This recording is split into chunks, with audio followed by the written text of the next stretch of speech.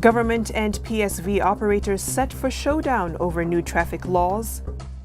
Kenyans urged to ignore political rhetoric and register as voters. And Britain pledges help Kenya improve aviation security. It's Friday, the 30th of November, 2012. Hello and welcome. Let's jump into our top stories of the day. The government and matatu operators are headed for a showdown after the Transport Ministry indicated that it would not amend the strict traffic rules that take effect on Saturday. Operators earlier defied calls by the Matatu Welfare Association to call off the strike that entered its second day over the new tough penalties under the Traffic Act.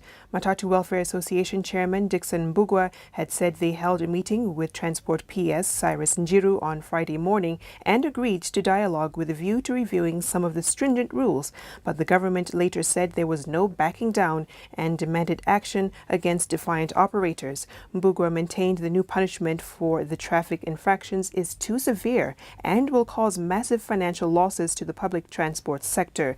The Matatu Welfare Association represents drivers, conductors, and other staff in the public transport sector. The association secretary, Sami Gitau, says the amendments in the Traffic Amendment Bill 2012 should have been discussed widely with stakeholders before being passed into law.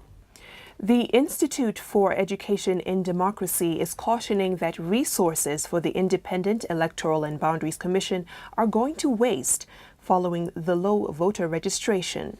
IED Executive Director Peter Alingo estimates that the IBC is incurring losses amounting to 80 million shillings daily due to non-failure to register.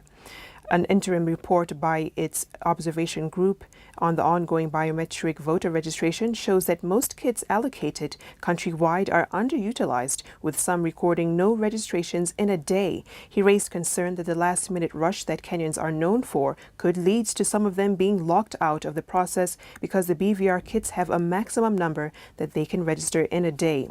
The observation group report attributes the low turnout in the process to the fact that many people are reluctant to register as voters where they currently reside due to the political zoning being fanned by political parties. And finally, the British government says it will continue to help Kenya improve the existing aviation security standards to combat the threat of terrorism. According to the British High Commissioner Christian Turner, the threat of terrorism is global and requires cooperation among nations and agencies. Turner spoke at the Jomo Kenyatta International Airport while he handed over the machines to be used for the screening of explosives and narcotics. Over 128 airport security staff have already been trained on the use of the explosive trace detectors that have a record speed of delivering results. And that does it for our top stories of the day. Thank you so much for joining us. I'm Victoria Rubadiri.